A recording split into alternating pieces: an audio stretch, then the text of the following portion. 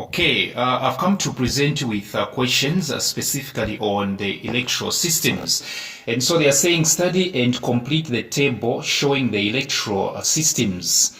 So the first column is showing the electoral systems. Yes, and we happen to have the first electoral system, which is only known as A. The second one is a single member majoritarian system. Okay, the third is the electoral system, which we know as C. And the last one is a single member plurality system, Okay, and each one of them has got advantages except for the single member majoritarian system and the single member plurality system. Okay, so now question 2A, they are saying, what is an electoral system? What exactly is an electoral system? You know, an electoral system is simply a method in which electorates, aka voters, are used to choose their leaders or representatives.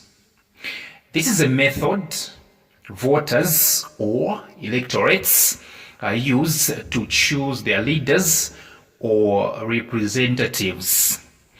Question 2B, identify the electoral systems in A and C. Identify the electoral systems in A and C. How exactly can you identify them? The only way to identify them is using the advantages. That's why you realize that when it comes to A and C, they have advantages. Okay, they have given them advantages. Okay, why? So that you can know. Okay, to guide you. So the advantages of A is that it takes care of the interests of the minority in communities of the country. It takes care of the interests of the minority in communities of the country. And of course, A should be the MMPS, which is the mixed member proportionality system. Mixed member proportionality system. Yes, that's the answer. Mixed member proportionality system, MMPS. C, they are saying the advantage is there is less opportunity for gerrymandering. There is less opportunity for gerrymandering or gerrymandering. So such an electoral system should be called the PRS.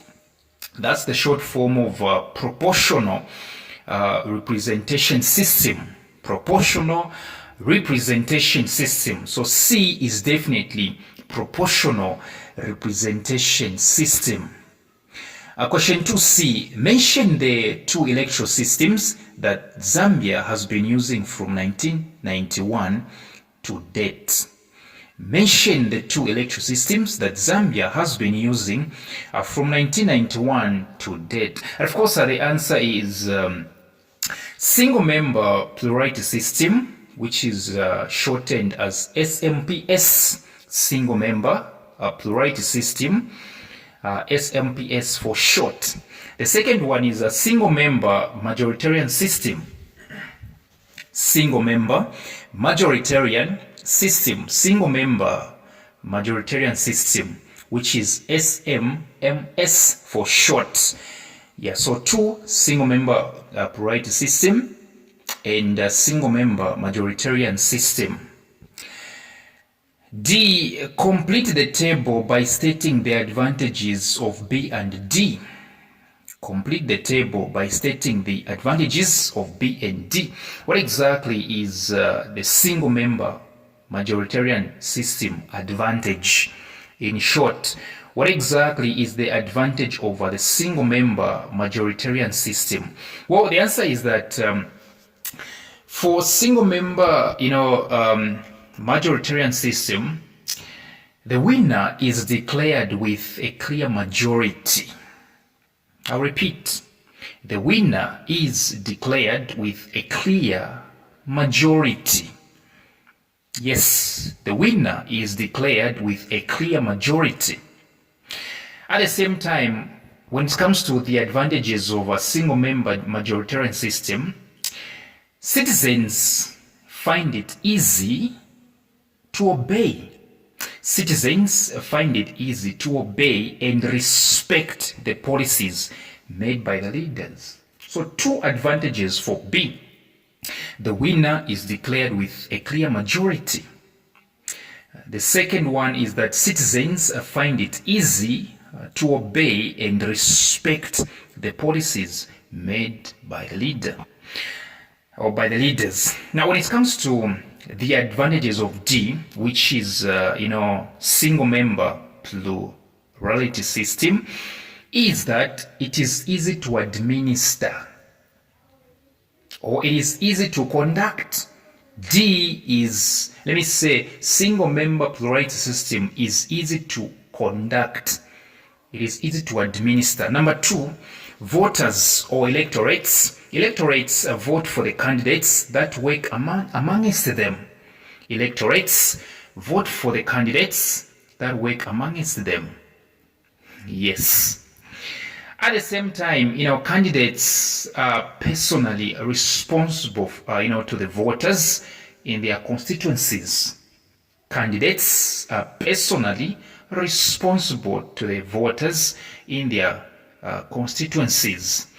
And so the last question reads, name two documents that stipulate how elections should proceed in Zambia.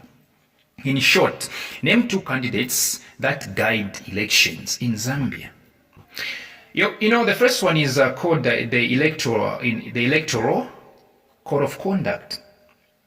Electoral Code of Conduct or Electoral Code of Conduct. The other one is the Electoral Act number 12 of 2006. Yeah, the Electoral Act number of 12. Let me say the Electoral Act number of the Electoral Act number 12 of 2006.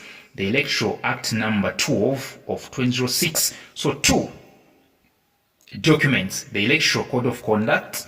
The second one is the Electoral Act number 12 of 2006. Yes.